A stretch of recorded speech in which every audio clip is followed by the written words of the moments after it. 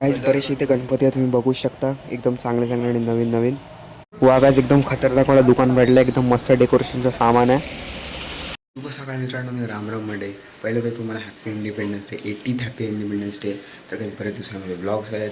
तर जसं की आता अकरा चालू झाले, सो आता व्हिडिओ बनवायला वगैरे टाईम भेटत नाही जास्त. पण आता जरा फ्री झालो आहे. तर काही आज फायनली तो दिवस आला आहे ज्या दिवशी आपल्याला गणपती सिलेक्ट करायचा आहे. हां गाईज, आज आपण जाणार आहे गणपती सिलेक्शन. मित्रांनो, आता फायनली पाऊस थांबला आहे. म्हणजे सकाळपासून पाऊस होता, वाटलेलं गणपती सिलेक्शनला जाता नाही येणार, पण आता फायनली पाऊस वगैरे थांबला आहे. तुम्ही बघू शकता पूर्ण थांबला आहे गाईज पाऊस. नदीला पाणी म्हणजे जास्त पाणी पण नाही, चांगलं वातावरण झालं आहे. मित्रांनो, आता आपण फायनल चालू आहे गणपती सिलेक्शन. तर चला गाईज, आपण आपल्या व्हिडिओला सुरुवात करूया.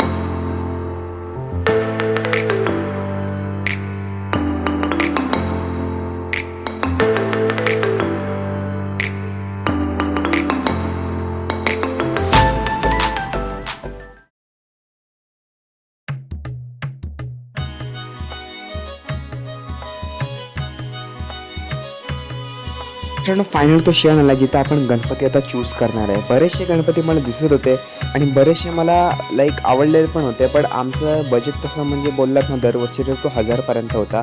1500 किंवा 2000 2500पर्यंत आम्हाला परवडणार नव्हते, कारण जास्त पैसे वाढवायचे नसतात. खूप सारे बघितले, खूप आवडलेसुद्धा, पण ते बोलतात ना की गणपती स्वतःच आपल्याला बोलतो चूज करायला. तर फायनली आम्ही तो गणपती सिलेक्ट केला जो मी आता तर दाखवू नाही शकत. तो एक सरप्राईज असेल. आणि फायनली आम्ही आमचा टॅग बांधला आमच्या गणपतीला आणि फायनली आम्ही आमच्या गणपतीला चूज केलं. तर फायनली आम्ही गणपती चूज केला. आम्ही चाललो आहे 15 ऑगस्टच्या तयारीसाठी जिलेबी वगैरे आणायला.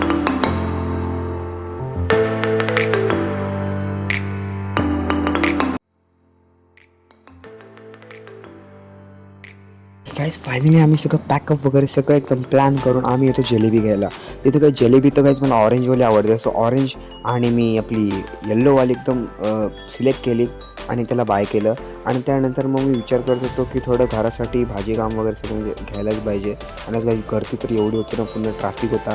तरी पण गाईज मी राखी खतरनाक राखींच्या दुकानात आहे, राखी पण आता बघा मी घ्यायला लागले.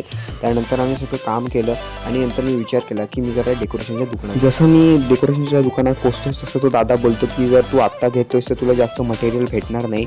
दहीहंडी म्हणजेच 5 सप्टेंबरच्या नंतर अजून मटेरियल येणार आहे, सो आत्ता घेण्यात काहीच पॉईंट नाही आहे. सो थोडा विचार केला, जरा भावाशी बोललो आणि त्यानंतर मग विचार केला की आत्ता नाही, नंतरच घेतो. आता सध्या तरी आपण चूज केलं एवढंच बरं आहे. आणि नंतर तिथून मी घरी येतो. मित्रांनो, फायनली आपण घरी आलो आहे. पण गाईज तुम्ही विचार करता की मी डेकोरेशन तिथे तर गेलो, पण मी काही सामान का नाही घेतलं. ॲक्च्युली गाईज ते बोलतात की आतून सेटअप यायचं आहे, मटेरियल यायचं आहे. सो तुम्ही दहीहंडीच्या नंतर या जे काही 5 सप्टेंबरच्या नंतर. तर आता जसं की मी तुम्हाला आता थोडे 500 व्हिडिओज दाखवतो मागच्या वर्षीचे आणि या वर्षीचे आपण कम्पेअर करूया की कसे आपल्याला सेटअप लावायला पाहिजे. एकदा ते ॲनालाइज करूया. मित्रांनो, आता जसं की तुम्ही बघू शकता की आत्ता आम्ही असा शेड लावलेला मागच्या वर्षी आणि हे सगळं डेकोरेशन सामान होतं. बेसिकली आम्ही तो टेबल तिथे ठेवायचो, कपडा वगैरे घ्यायचो आणि तिथे एकदम बेसिकली फुलं वगैरे माळाशी नीट सोडायचो खाली आणि ती आपली मेन अशी डेकोरेशन करायचो. पण ह्यावेळेस जर आम्ही वेगळं करायचं ट्राय करतोय की आम्ही खाली एकदम पूर्ण माळा वगैरे सोडलेली. सो ह्यावेळेस मी ना मॅट आहे जो 350 की 250 रुपयाला ते बोलत होते. बिकॉज बेसिकली जर मी ते घेतलं तर आमच्याकडे पहिल्याच खूप सामान होतं, जसं की तुम्ही बघितलं. आणि जर ती 350 आणि 250वाला आपण जर तो मॅट घेतला तर आपल्याला तो पडद्याला लावायला लागणार आहे.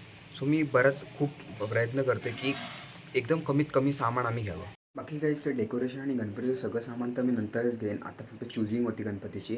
बाकी आता मी सध्या तरी आता थोडा विचार करेन की कसं डेकोरेशन करायला पाहिजे. बाकी तुम्हाला सांगा की ही सिरीज आता आपली स्टार्ट झाली गणपतीची. हा पार्ट 1 होता. बाकी आता तुम्हाला सांगा व्हिडिओ कशी वाटली. जर आवडली असेल लाईक शेअर सबस्क्राईब करा आणि तोपर्यंत फॉलो असेल.